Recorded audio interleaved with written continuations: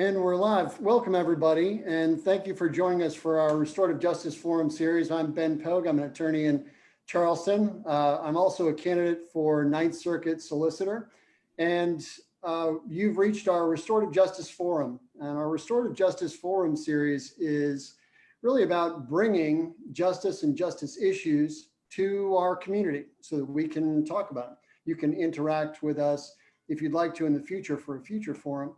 Right here in the Zoom room by emailing us at info@votebenpogue.com. Or of course you can watch passively on Facebook. And I say passively, but we really try and interact as much as we can with folks through our Facebook chat as well. That way we can create a discussion that is not just one-sided, but instead is really community driven. If you've watched our forums before, you know that the format is for me to do a little bit of an introduction. And then we have a panelist discussion for about a half an hour, a little bit more than that. And then we actually go into breakout rooms right here on Zoom. Now, if you're joining us on our Facebook audience, you won't see into those breakout rooms. Part of restorative justice is making sure that we've got safe spaces for communications. And some of the things that we talk about can be emotional and can be uncomfortable. So we want to make sure that when our public gathering for the participants in the Zoom room is taking place, we create safe spaces there too. But once we get done with about an 8 to 10 minute breakout session, we'll bring everybody back and we'll share in a more confidential fashion the things that were shared in those breakout rooms, a more anonymous fashion, so that we get an idea of what the discussion is like. And today's discussion is, it's going to be an interesting one. A lot of folks don't know what it's like to be in prison, don't know what it's like to have gone through a prison or a carceral experience, certainly don't know what it's like to get out and be faced with myriad challenges. Some folks who are in our Zoom room and who are in our audience this evening, no doubt have been affected by crime, maybe as victims or people who've experienced it. And there are a lot of sometimes emotional perspectives that go along with that. I experienced crime about 20 years ago when I was mugged and held at gunpoint. And it certainly changed my life. And there are many folks who have been through similar experiences who are friends of mine, colleagues of mine, changed their experience too. But how do we make sure that we're continuing to evolve and incorporate other perspectives so that we get a better understanding of how we all move forward to really reduce crime and increase justice? That's the mantra of our community action team. We want to do that same thing even when we're talking about formerly incarcerated individuals, the prison experience, and seeing if we can use those rich perspectives, life experiences that are different from our own, to make sure that we prevent crime, prevent violence in the future. So enough about me and what we do here. I wanted to introduce you to our panelists. And the first panelist that we've got to think up on the screen right now is Brian Howard. So Brian, we'll start with you. Brian is a formerly incarcerated individual. He works with FreshStart Visions, which is a great organization right here in Charleston. He's the mentoring director. And FreshStart Visions really uses their mentoring network to intersect with prisoners while they are still incarcerated, help out with the rehabilitation process. Sometimes that involves a spiritual rehabilitation process as well, to get our minds straight and get folks really set up for a good reentry process, and then continues to cultivate their skills so that they are more successful once they re-enter society. Our next individual, I'm going to pin him so you can see who I'm talking about, is Lester Young of Path to Redemption. He's a public speaker, a podcaster, the Path to Redemption podcast, also involved in Ban the Box and Just Leadership USA. And at the time he was 19, Lester was sentenced to serve life in prison for murder. During his imprisonment, Lester began to create outlines, programs, and classes to instruct and mentor fellow inmates. So we're excited to hear about that. He served 22 years in total and got out at the age of 41. Imagine going through that experience. And I'm going to let one more person into the Zoom room. Sorry about that. Making sure that Millicent can get in here. Okay, great, she's in. And our last guest, last but not least, is joining us from the West Coast, Khaalid Muttaqi is the Chief Operating Officer of Advanced Peace Sacramento. Advanced Peace is a really interesting organization. Khaalid is going to talk to us a little bit more about what they do, but he's also the former head of Sacramento's Office of Violence Prevention and the former director for the city of Sacramento's Sacramento, California's Office of Violence Prevention, where he led a multi-sector collaborative and pioneered a partnership making Sacramento the first replication city for the Advanced Peace strategy. He's authored and implemented a comprehensive strategic plan which resulted in historic reductions in gang and youth violence.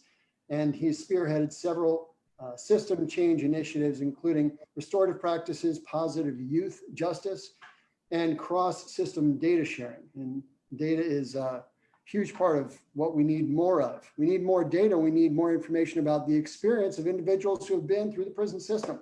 So that's where we're going to start our discussion this evening. Lester, why don't we start with you?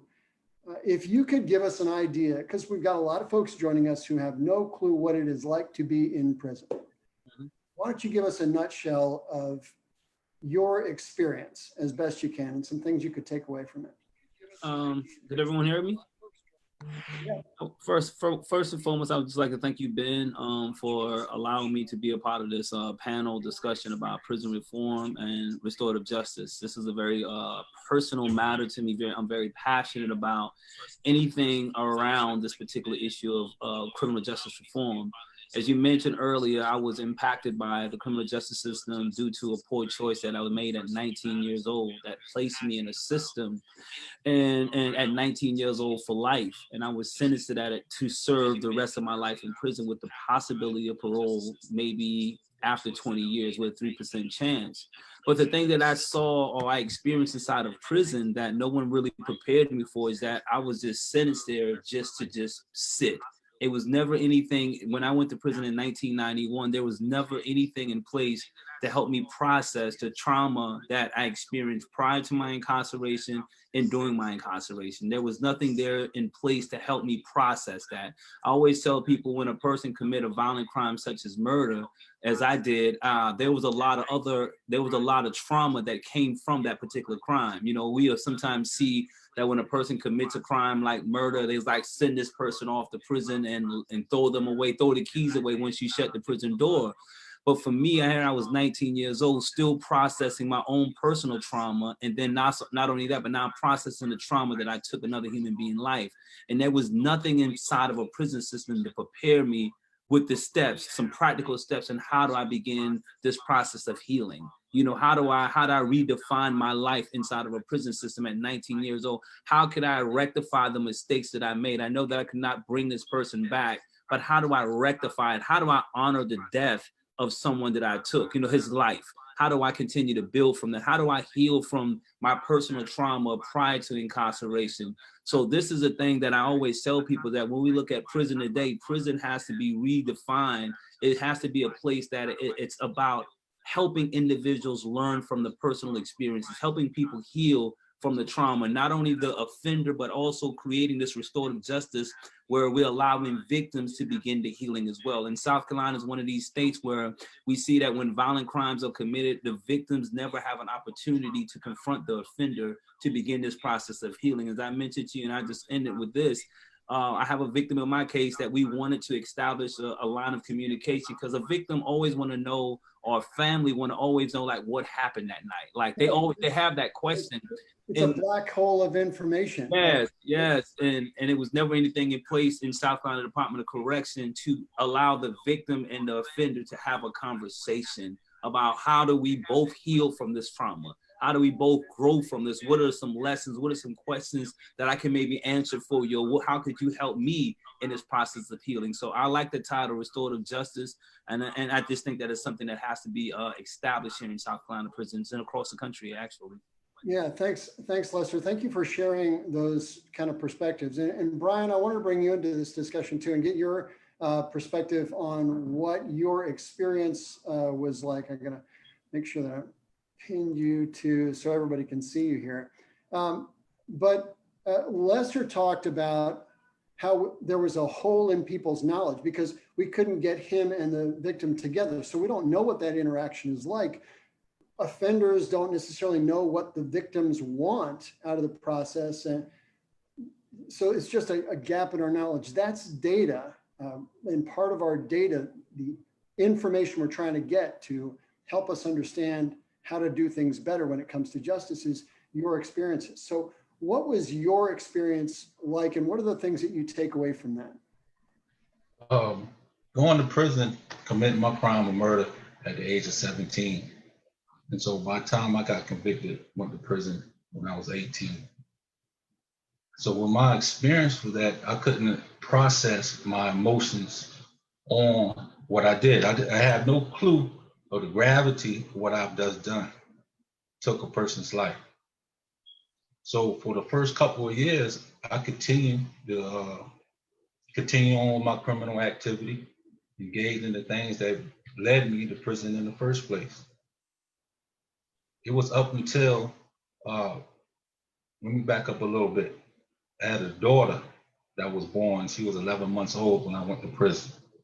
So I started out pretty young, out in the streets, in and out of DJJ. Went to Birchwood, Willow Lane, juvenile, R&E. Not because I come from a bad household. I had a two-parent household. Grew up with my father, knowing my father. Come from an educated family. We discussed earlier that my grandmother as well was a educator, school teacher. And so it wasn't a question about did I know right from wrong or I had some type of moral compass. But when I got introduced to the street life and started processing the street life, looking at this man over here, he's getting unfiltered amount of money. Everybody seems to like this guy. He always got nice clothes, cars, the women. And here I have another picture, my father who gets up and go to work every day, uncles that get up and go to work every day, men in the community who get up and go to work every day, but they struggling. So a young man, even though I had that positive male image in my life, but nobody was there to help me process it. And so I fell victim into the street life and Brian, began to engage in that crime. Let me interrupt you and ask you a question for a second, because this is really interesting. You know, and you and I have talked about this. A lot of folks have a very negative connotation just by the word criminal, and we tend to label individuals as if that characterizes who they are for life. But when you're a 17-year-old kid, so you as a 17-year-old kid, did you have a real idea of what you could be leading yourself, what the path was like, that you were sort of being led down or leading yourself down to make those decisions? No, I had the mindset that I might not live to see 18.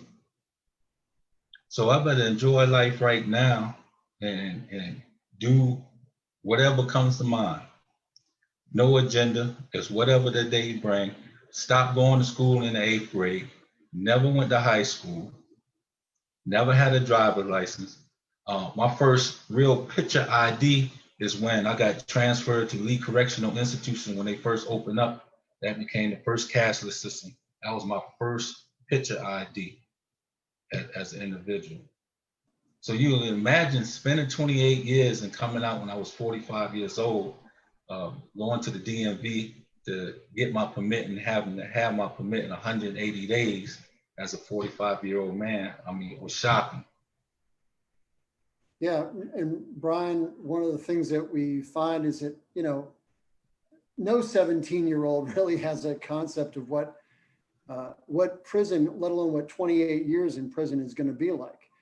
But Khaalid, bringing you into this discussion, one of the things that we really get from formerly incarcerated individuals that we don't get from people in other walks of life is that connection, that ability to mentor younger individuals to say, this is actually, I've been in your shoes. So you work with formerly incarcerated individuals, and you guys really do an incredible job an innovative job of integrating them into solutions.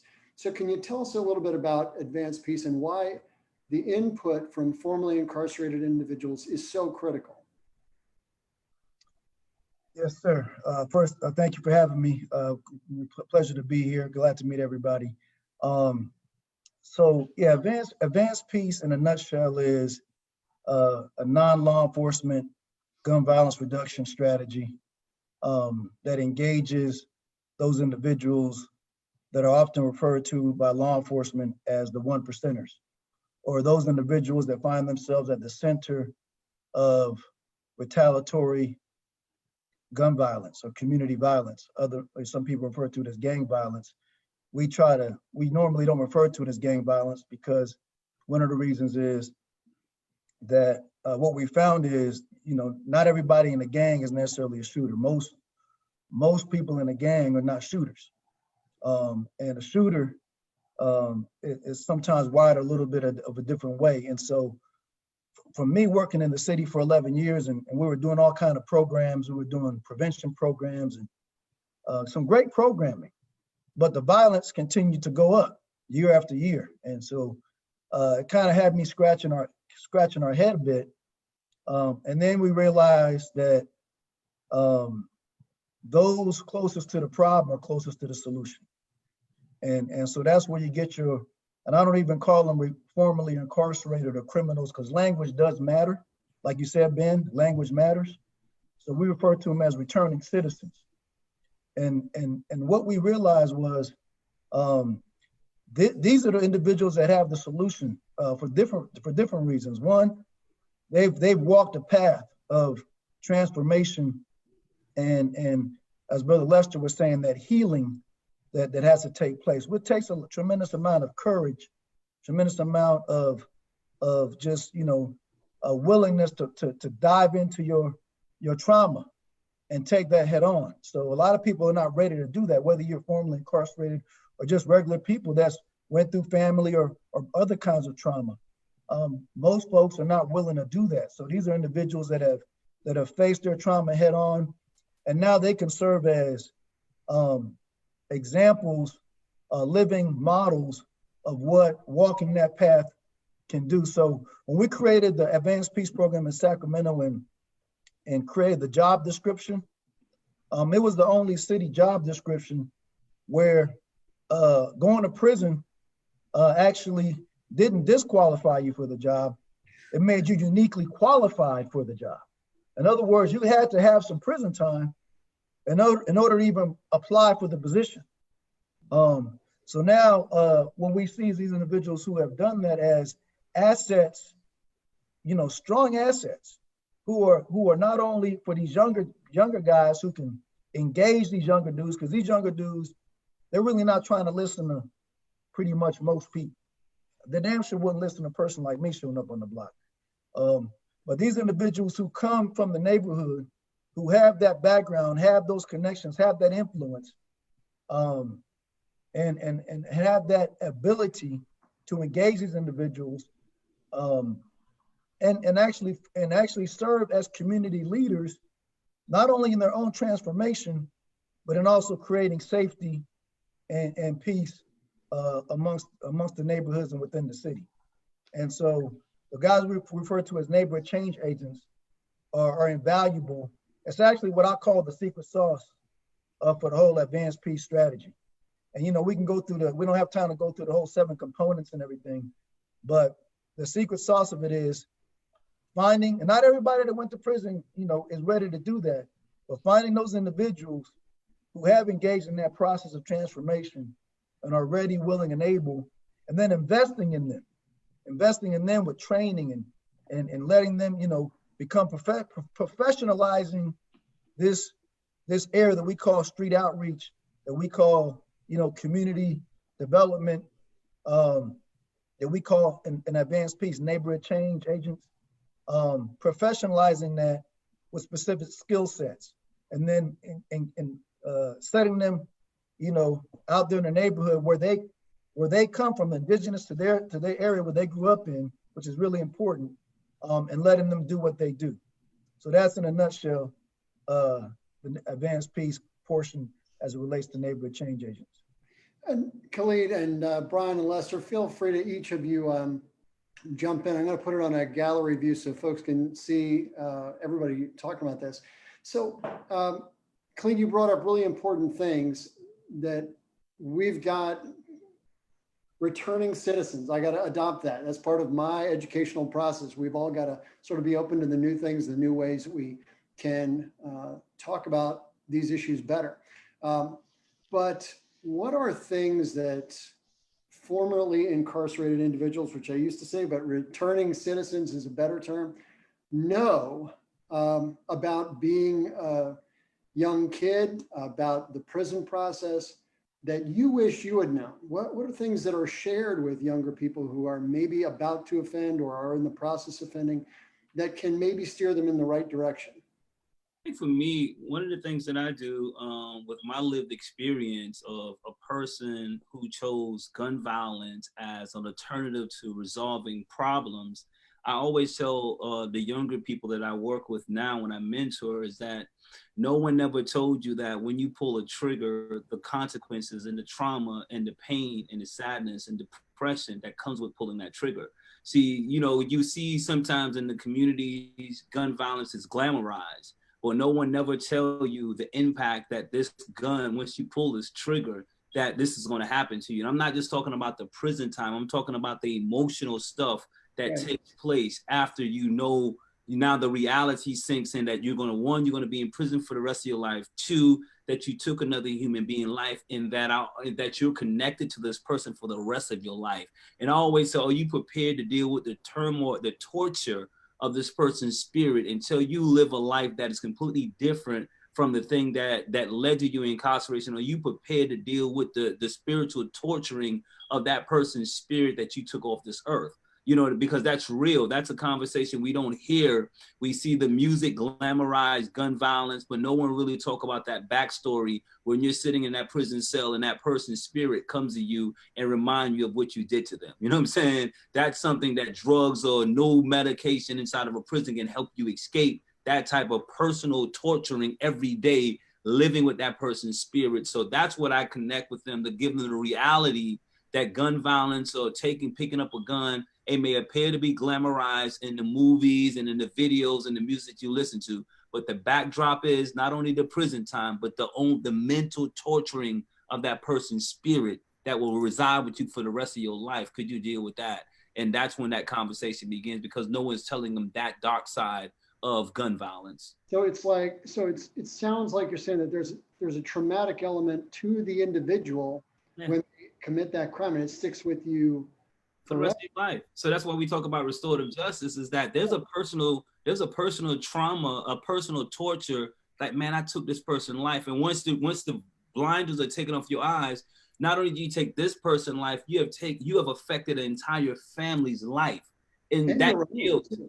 Like your life, not only your family, but the victim's family. So now you got to deal with that whole thing that comes with that guilt. See, guilt is the thing that pushes so many guys, and I think Brian can attest to this, that we have seen some individuals inside of prison because of that guilt for that crime. And there was nothing inside of the Department of Correction to help you process your personal guilt after committing that crime. That causes individuals to do several things. One, to lash out, become more violent inside of a prison. Another way, they start using some form of narcotics to help them escape it, or they even attempt suicide. So when we look at these are the three factors that take place that happens inside of a prison system that many people don't help you process. It's like, you bad, sit in prison and that's it. But there's a guilt that affects you that causes you to either lash out, if I start using marijuana, using some form of narcotics to help numb the pain, or even making an attempt to kill yourself because of the torture is so severe. So those are the three areas that, you know, that I always again mention in this perspective about how prison needs to change when it comes down to just sending people to prison. There need to be these components to help people process, because every man and woman who committed a crime, they become overwhelmed with that sense of self-guilt that causes them to do those three things that I just mentioned to you. Yeah. Brian, you're talking to your 17-year-old self. What do you tell that Brian Howard about your experience? or to any of the other 17-year-old Brian Hines that are out there? Well, for one, that 17-year-old Brian, or go back a little bit, 12, 13-year-old Brian, wouldn't even listen to the now 49-year-old Brian. And so the same things what Lester had just mentioned, when you take somebody's life, a piece of you goes with it. So you kind of, when you go to prison, you try to mask that, because now you're in a prison setting with grown men, you're a teenager, and so now you have to mask your feelings and don't show emotions. And so it sets the environment for you to continue to doing the things that you were doing that brought you to prison in the first place. So for about 10 years, I was engaging in that until the process to begin for me to unveil my eyes and really learn to see what I have done was I got a letter from my daughter's mother stating that now she's 15 years old and she wanted to know who her father was. And so that shook me, because here in my mind, always thinking about my daughter, and I thought that she was being well taken care of, because parents and grandparents on my mother's side were very good people, military and school teacher people. So in my mind, she being taken care of. But as time goes on, me and my daughter started engaging in communication through letters, and she started to tell me how me not being in her life did to her. She actually started thinking about committing suicide. Didn't wish that she was born. So that kind of made me realize the gravity of what I've done, not only to myself, but to my daughter, my parents, my little sister, my community, the people that I don't even know. It's everybody. It's everybody. Effect. Khaalid, the folks who are in advanced peace, your returning citizens, they have worked hard to create their own skill set, like Brian and Lester have done, to become mentors, to address their own emotional and psychological issues that they've got. But when we look at the statistics around the country, educational programs in prison are down, rehabilitation programs are down, counseling within prison, all down. What do we need from a prison system to create more returning citizens that are more beneficial? The whole system needs to be, yes, don't get me on my bucket. I'm getting up. This is the time. I know we don't have that much time, man. So I might have to reframe the question. But no, there's some good reforms that's going on in California. Think about California. A lot of people are pointing to California now for prison reform. And I'll be honest with you, man. The reforms that's coming out of California prisons, which is some good stuff. They're starting to do more counseling, everything from art therapy to family-based, skill-based programs. I've had opportunity to tour a couple of the programs that they're doing. Work training programs. They got some good programs that's been rolled out the last, 5 to 6, 7 years. So I think California prison is on the right track. A lot of people are looking at California prisons as an example. But, that's like a drop in the bucket, because we got, 40, 50 years of a prison industrial complex that was designed to destroy your humanity. And in California, we have more people locked up, just California, not even counting the rest of the other 49 states. We have more people locked up than any other industrialized country in the world at one point in time. And I learned that as a college student, and it didn't change. And so the only reason that even prompted prison reform in California was that we ran out of space. We had so many people locked up that the federal government, and we were contracting with private prisons in Utah and Colorado, because our prisons was busting out the seams, and the federal government basically sued California.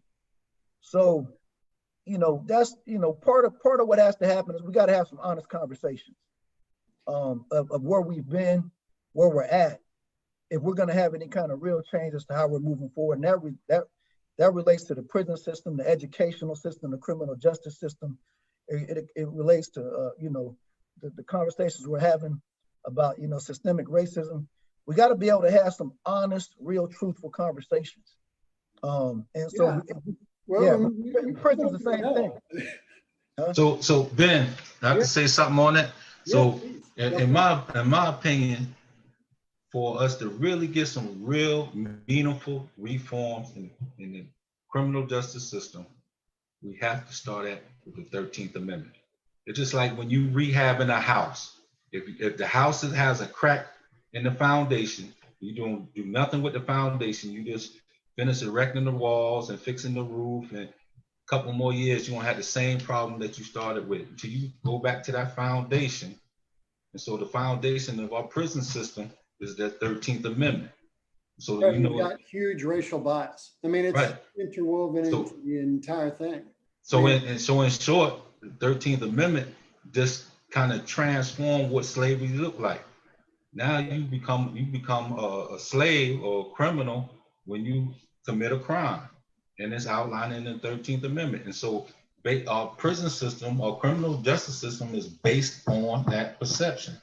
Yeah, so, and you have all your rights removed. So that leads me to another question that I wanted to bring up for all three of you. What are some misconceptions, let's put that way, about prison? Lester, you and I talked about this. Brian, you and I talked about this. Some people think, oh, prison's like a country club. You know, what's wrong with people being in prison? You know, you get 3 square meals a day, you get some exercise, you know. Here's what prison like. Yeah, when I talk phone calls, you got to go to the commissary, fees, all these kinds of things. So what are some misconceptions there? So when I talk to young people about prison, and I tell them what prison life is really like, I tell them, forget about the razor wires, the fences, and all that. That's an environment that you can get used to, right? This is what prison is like. When you be in prison, and when a grandparent passes away, you can't go to the funeral. All you get is this, is a program. When your other grandmother passes away, that's all you get is a program. You don't get to go to the funeral. When you leave children out there and they graduate from high school and then college, you don't get to go to the graduation. You know, that just a snapshot of what the absence of freedom looks like. The bars, the razor wire, all that. We're social beings, so we can change and adapt to our environments. But when you start missing life itself, when you leave a little sister that's 12 years old and she has 3 daughters of her own and 2 of her daughters have children before you get out, you know, you just missed 2-3 generations. That's what the absence of freedom looks like, and that's what prison is. I think too, it's like 2 things I want to just push back. One is, I think that we have to be very careful of prison reform, where we beautify prison and make it this university of change and have art therapy, music therapy, all of these different therapies, and you preparing people for a world that is going to reject them once they get out. You know, all of these different reforms that we see going on in prison, if the society doesn't mirror that, then guess what? You're setting people up for failure. So I'm always very, I push back when I tell people, like, let's when we focus it on changing the foundation of the prison system, and we having all of these programs, you can have a person getting a college degree in prison, they can get in therapy in prison. But if the society, once you walk out of prison, and if the society has not changed what is called the 46,000 collateral consequences attached to a person felony conviction, then you're setting a person up for failure. Like, you're doing a resume class, you're telling people, let's prepare for doing the resumes. But when they walk out in the real world, they have not had touched one laptop. They have not touched one computer to do a resume. Use a phone. Yeah, it's all of these things. I just think that we have to be very, and I'm like, I always tell these different volunteer organizations, these different prison reform organizations, let's not set people up for failure. Let's not build people up for success, telling you can be all of these great things, but when they walk into a world the society, that scarlet letter will still be something that will still be attached to you. So all of your accomplishments in prison, it is what it is. And you find some people, when they experience that, they have a tendency of wanting to revert back to that environment because that environment was more safer for them, because they had a sense of purpose, a sense of identity inside of that environment. When you walk out with your certificate for Toastmaster, for Carner, whatever that is that you obtain while you're in prison, that does not hold value for the most part in different states, in different communities. It doesn't hold any value. So we have to, like, when we're working to change the prison, we have to also be changing the laws in the society that will make, as that term you just used, returning citizen. When they're returning citizen, meaning that all their rights are restored. So most people returning home from prison, they don't have the right to vote. They don't have affordable housing opportunity. They don't have opportunity for employment, higher education, SNAP benefits. All of these things are not restored to them. So like that term, returning citizen, if that is the case, then we got to restore their rights upon their re-entering back into society. And we know across this country, we have people being denied voting rights, job opportunities, higher education, Pell Grants, SNAP, all of the things that will allow them to move forward in a more mobile way in the society is being denied. Right. So I'm just think that it's very important as we push to change prison, and you have these different organizations going into prison. I'm always telling you, don't do it to make you feel good as an organization or as a prison, because these men and women are being prepared for failure. I mean, they're going to be dealing with some real harsh rejection when they walk out of prison, because most people are not going to accept them for who they are. Right. And Lester, you and I talked about this also. That's one of the things that's one of the critical markers for recidivism, right? When you're set up for failure. I was talking to a gentleman who's involved in Turning Leaf, which is another great local program, does cognitive behavioral therapy with folks. But this guy just felt like he was absolutely sure he was going to fail. And Khaalid, I want you to weigh in on this too, because Lester talked about some things that are real world problems that cause crime, that are resource deprivation.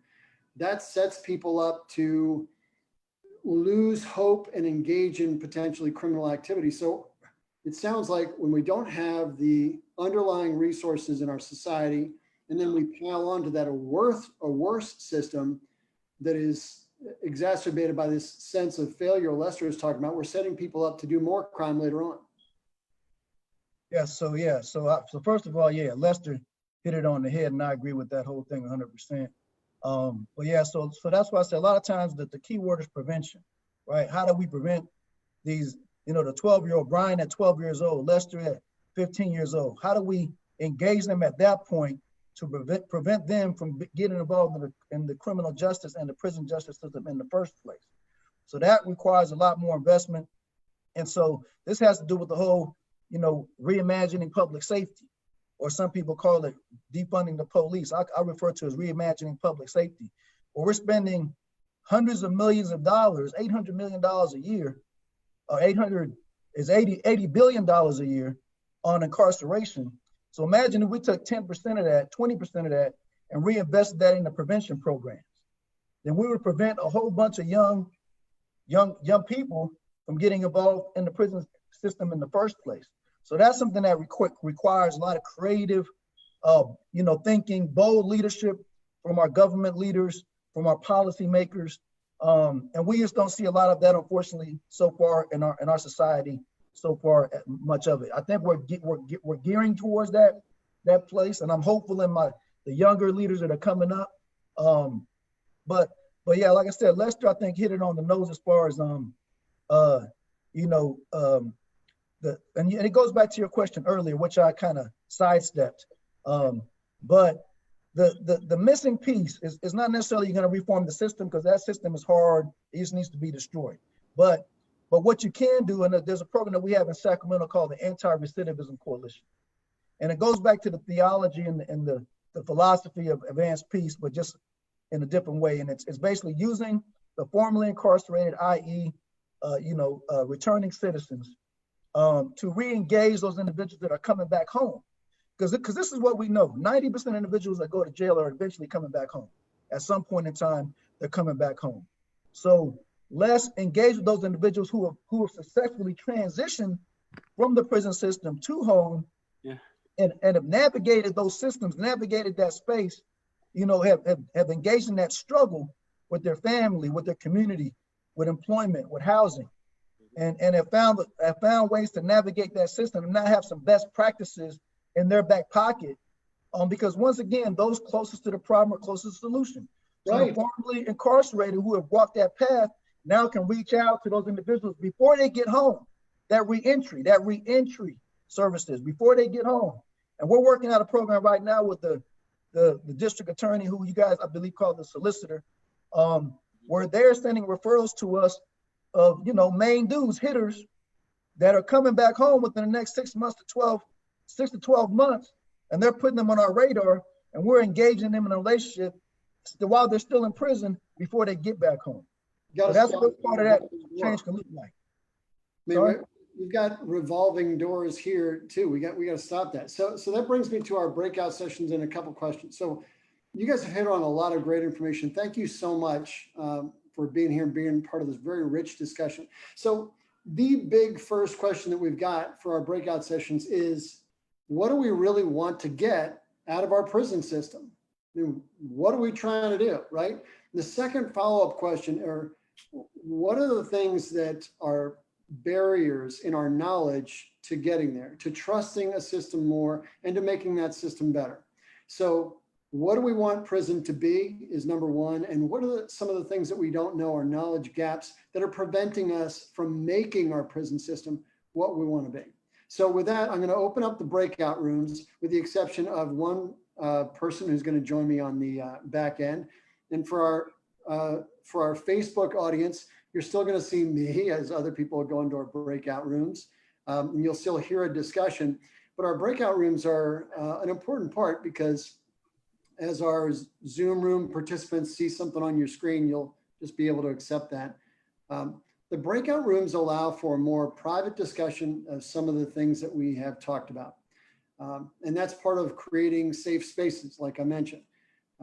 But we also want to use this time when everybody's in the breakout rooms to go ahead and have a discussion about what's coming up in a couple of weeks. And that's what we're going to be talking about, something that's related here, and that's sentencing reform.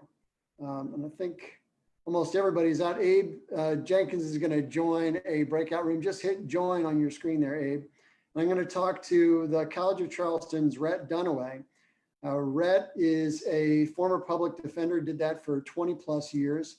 And so he's really one of the experts when it comes to understanding the impact of what sentencing really is. When we put somebody in prison, we decide as a society, we're going to put this person in prison, in that environment, where some serious studies, Rhett, have shown us that prison isn't really something that is good for the development of somebody or for even preventing them from recidivating or doing crime later on. We've really got to be mindful of what that means. We are a state that utilizes mandatory minimum sentences. We have, and our solicitor has backed this up, our current solicitor has said, we have a rebuttable presumption that people get imprisoned. So that's our default setting. What do we need to think about when we're thinking of how to reform sentencing to actually make it work? Well, Ben, you know, we do have some minimum mandatories, but that is not across the board. Yeah. Most sentences on the state level, our judges have discretion, and they use that discretion. Oftentimes by, you know, what the public defender, what the private attorney is able to demonstrate to the court. And I used to tell my clients that their probation began the day that they were arrested and made bond, that they had to be better than an angel before we got to court, that they needed to enroll in school if that was an issue. They needed to be diligent in finding a job and holding a job in that period. In order for the court to grant someone probation, I told them the best indicator of that is not to promise that you'll do it, but to show that you've done it. So, you know, you have time before a court appearance. If it's a guilty plea, you can buy some time, and that's when they need to shine, so that the court has a sense that this person may have learned from the arrest, and while they may have a conviction, they're not going to prison. There are some types of cases where prison is almost inevitable, a murder, Yeah. criminal sexual conduct, rape, some things that, you know, it doesn't matter what kind of an angel you were before, what kind of an angel you can show yourself to be.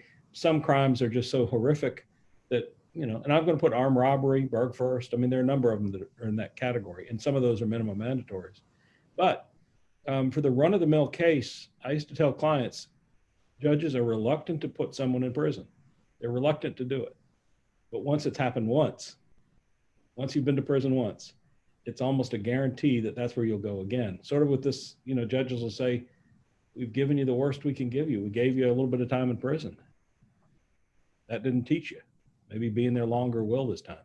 You know, it's a frustration on their part too.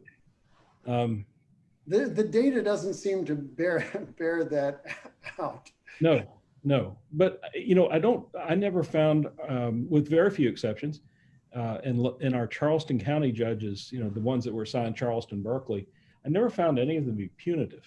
They never relished putting someone in prison. Right. I'm sure that they have to bury that anguish at some point in order to be in that job. It'd be like a doctor if they have to learn how to deal with patients that die. But I never saw judges gleefully sending someone to prison. You know, that just didn't happen. No. But yeah, prison doesn't work. It doesn't seem to work. You know, originally, you know, way back in the day, 18th century, Yeah. you'd be flogged. You might be put to death. If you were lucky living in England, they sent you to Australia. Wouldn't that be nice? Just send you to Australia. They banish you from England. But 19th century, there were real efforts at reform. The word penitentiary, Right. Penitentiary, penitence. right. Go and atone for your sins. Read your Bible, work hard, pray for forgiveness. Somewhere that and rehabilitation kind of went out the window when it can no longer be afforded. And that starts, you know, in the 1970s. We're jumping a lot of centuries here, but in the 1970s, about 300,000 incarcerated in the United States. To me, that's a big number. Today, we're looking at what? That seems like, 2.1? yeah, 2.1 million. You know, it's up to 2.3 now. And, you know, Red, you mentioned that explosion that we had in the 70s of mass incarceration, and we haven't seen it go really down all that much. Instead, we just keep growing. But, you know, one of the things that we look at is what kind of person are we producing while they're in there? And 95% of people who are in prison, so we think of 2.3 million people nationwide in prisons, primarily in state prisons, 2.2 million of those people are getting out at some point. right. Who are we letting out? What are we doing? And don't we have to be mindful of that when we are doing sentencing, from the time that somebody is arrested and charged through the time of sentencing? Well, what I would hear judges say time and time again, and, you know, it's kind of hard to know where to dive into this ocean, where to begin. But judges would say, you will learn nothing up there. You may come out worse, but what can I do? I've got to protect society from you. I thought it was interesting to hear a number of the speakers earlier who had served time. That 17-year-old kid is not that same person when they come out 39. They could be better, they could be worse. Most people I saw kind of matured with the first child.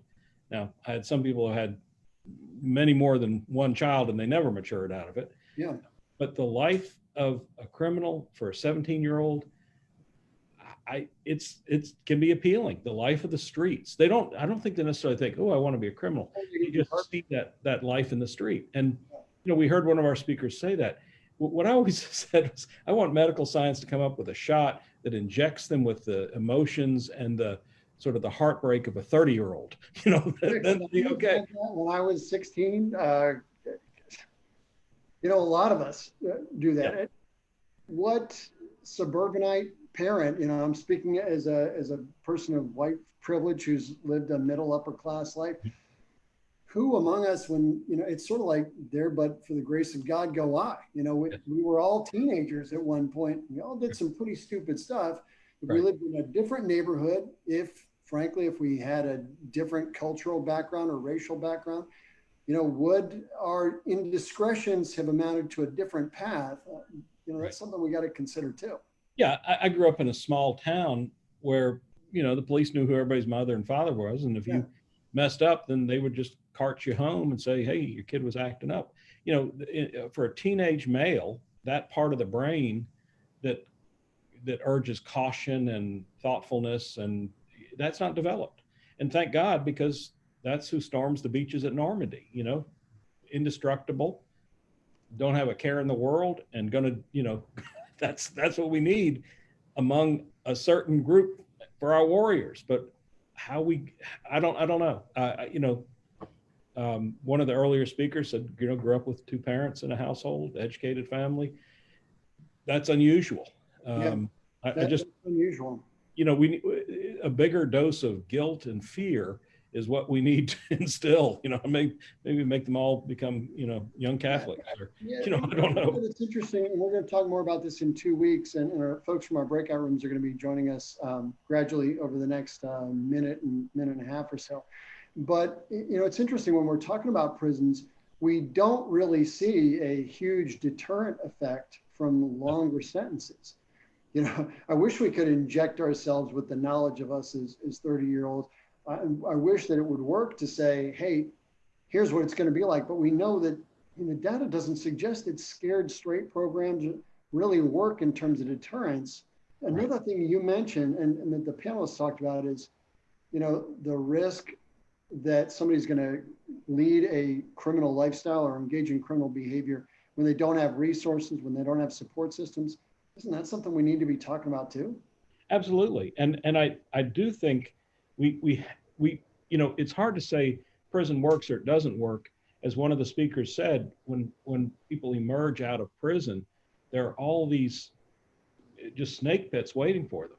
You know, they show up, dropped off by a bus at some location without an ID, without money in their pocket, without, you know, and I mean, right there, I once had a client, I think he held the record for me, from time of release from the bus station to time of rearrest that was going to lead him back to prison was 2 hours. Wow. Oh, man. Now, I don't know that he gave it a real good try, but I see Lester, you know, I see Lester nodding over there. I've seen that. I've seen it. You know, Yeah. I've seen guys have gotten out and couldn't. It's just that was not prepared. And the funny thing is that some of these guys went through the programs that were inside of a prison system and walked out after graduating from one of these programs, and within a few hours committed another crime. That's crazy. Yeah, it's real though, Ben. You know, it shows. Yeah, and Lester, now we've got you guys back. I'll let you go ahead and take it off. Thank you, Rhett Dunaway, and we'll see you more in 2 weeks. Lester, why don't you start with a short discussion about what went on in your breakout rooms, the kind of things you guys discussed? What we discussed is really just answering the first question, and what do we want to see from the prison system. But we scratched our minds to understand the history of what prison was started from. Prison have never been a place that have been created in the United States to honor the dignity of people. It's always been in a dehumanizing manner. We know that slavery was prison was a continuation of slavery for Black and brown people. We know that because during the Reconstruction. Yeah, so we talked about looking at it from looking at how other countries deal with incarceration versus the United States. We are considered the most sophisticated nation in the world, but when we look at other nations, how they address it, they always address it. They're incarcerated people with dignity versus the United States. They always address the people of incarceration with no dignity, and that's rooted in slavery. Yeah, man, Brian, what did you guys discuss in your room? You kind of answered the first question, and we all agree that we want the prisons to prepare people for reentry, and we talked about what that looks like. You know, having a support system for guys getting out, just like Lester just mentioned, guys takes all these programs and things that's in prison, but come out and don't have that support system. It's easily to slip back into the things that they was doing that led to prison in the first place. So creating that support system while they was there and helping them prepare to re-enter society is kind of what we want from the prison. Yeah, so sort of a proactive, it sounds like you guys are talking about proactively really doing the work while we're in prison to make sure that people have a real path to success. Correct. Yeah. Correct. Great. Thank you, Brian. Khaalid, what did you guys talk about in your room? We had two themes that came up. Kind of one of them is piggybacking on what Brian just said. And it really has to do with actually what was shared earlier, as far as the trauma, dealing with the trauma, like Lester and Brian both spoke. They were 18, 19 years old, early 20s, dealing with this reality and not having the support while they were in, which one thing they got time on their hands, so they can use this time to engage in processing and healing, then that creates them for a better chance of success to return as productive citizens once they get back. And I will tell you one thing, we got about 4 or 5 guys in the program, Advanced Peace real quick, that are lifers. They're former lifers. So they had no hope. They didn't have a date. They had no hope of getting back home until the laws changed in California about 5 or 6 years ago. But these guys did take advantage of some programs and did engage in that healing, and they're very valuable assets. So more trauma-informed programs for the inmates, but also for the victim's family, and also for the children of the inmates. So all three, because this trauma's impacted all three, right? You got the children of the person that's incarcerated, you got the incarcerated person, and you got the victims that need to be engaged in services and support systems. So all that kind of connected to each other. The other part of that was the vocational training, and that there is some vocational trainings if it's done the right way. And Herbert shared several of them, of industries, whether it's truck driving, the medical industry, certain industries that can be tapped in and create these vocational programs where there is a pipeline from, re-entry into workforce development. So those pipelines can be created. They have been created. There's some best practices out there. Just a matter of putting more resources and replicating those programs. Man, Khaalid, that's fantastic. And I've got to thank you as we're finishing up here. We started a couple minutes late, so it's okay if we go over just a little bit. But first of all, thank you, Brian and Lester and Khaalid for joining us all the way out there on the West Coast. Just a couple things that I got out of this, and I hope our Facebook audience did, I hope our Zoom room participants got out.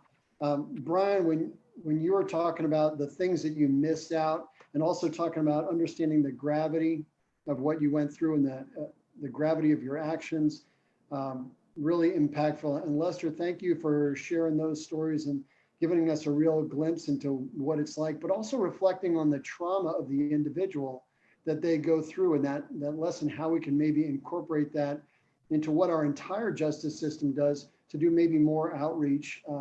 Sam Bellamy is the head of our mentoring network for our community action team. He really works on connecting with young kids to hopefully educate them. And maybe we can use our previously incarcerated or our returning citizens, formerly incarcerated individuals, to really enrich that life experience and that educational process. And Khaalid, the other thing I got from you is, and thank you for sharing that, the overall impact that we've gotten and a more holistic view of how we create and prevent crime, create safer resource networks, and really guide people to the right path. Just fantastic sharing there from everybody. A real quick last word. I know we started a little bit late, so I'm going to give a real quick last word to each one of our panelists. Anything that you wanted to share that you didn't get a chance to share? Lester, Brian, and Khaalid, go ahead. I think for me, I'm just going to jump in right quick. I just want to let everyone know that you cannot create policies and laws and even prison reform without the voice of those who are directly impacted. If you're running for solicitor or DA office and you want to do no entry into prison, anything that is wrapped around creating safe communities and prison reform, you have to have a table. Those who have been directly impacted have the solution, but are further away from the power and the resources. You have to put them at the table, because if you don't, your policies and your approach to prison reform will be flawed, because you don't have the expert in the room. We're experts, 22 years, Brian, 22 years in prison. We're experts, we're subject matter experts, and we have to value that knowledge versus you have a high school, a college degree, and you excluding that based upon data. You have to put the experts in the room. They're subject matter experts. And I think that once you do that, you create stronger, solid policies when it comes to prison reform and reentry programs. Absolutely, data, and got to fill those information gaps. Brian Howard, one last word. I think we should start with the 13th Amendment. we start rechanging how the 13th Amendment is worded and create laws surrounded by a new 13th Amendment that have prison reform, treat people humanely, and we'll be on the road to success. I love it, Brian. I appreciate it. And there's a great documentary, 13th, in case you haven't watched it. It's a must watch video. Khaalid, one last word from you way out in Sacramento. So believe it or not, it's not rocket science. We know what needs to be done, and we know that there are solutions out there. What's often lacked is the political will and the bold leadership. So I'm excited for Charleston. I'm excited about your leadership, Ben, and I appreciate you having me. Thank you so much. And thank you to all our panelists. Thank you to the folks who joined us on Facebook. We hope you will join us again in 2 weeks for our next Restorative Justice Forum. Restorative Justice is all about integrating community perspectives. We want you to be a part of that. And we'll be with Rhett Dunaway. We'll also be with Dr. Robert Brown of North Carolina Central University, a personal friend of mine, discussing sentencing reform that actually works. We look forward to seeing everybody, and thank you so much to our panelists and for everybody who joined us tonight. Take care, everyone. Thank you.